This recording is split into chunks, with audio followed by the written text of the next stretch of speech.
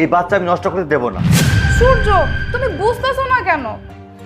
আমার বয়সটাই বা কতটুকু হয়েছে বলো? এখন হচ্ছে আমরা ঘোরাফেরা করব, এনজয় করব, লাইফটাকে মজা মাস্তিতে করে শেষ করব। তা না করে এই সময় যদি আমি প্রেগনেন্ট আর কিছু মাস পর যদি আমার পেট ফুলে যায় তাহলে আমাকে কেমন লাগবে? আমার বডি স্ট্রাকচার চেঞ্জ হয়ে যাবে, আমার গ্ল্যামার নষ্ট হয়ে যাবে, আমার ফিটনেস নষ্ট হয়ে যাবে। আমি আমার সৌন্দর্য নষ্ট করতে পারবো না প্লিজ। তাই আমি সিদ্ধান্ত নিয়েছি আমি বেবিটাকে নষ্ট করে ফেলবো আর হাসপাতালে গিয়ে অ্যাবর্শন করে ফেলবো। এটাই আমার লাস্ট কথা। তুমি কি বললে? তুমি বাচ্চাকে অ্যাবর্শন করে ফেলবে? তুমি জানো এটা কত বড় পাপ? এটা হচ্ছে একজন মানুষ হত্যার মতো পাপ।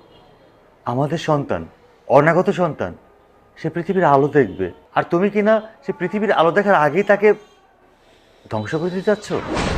দেখো, এটা মোটেও উচিত না।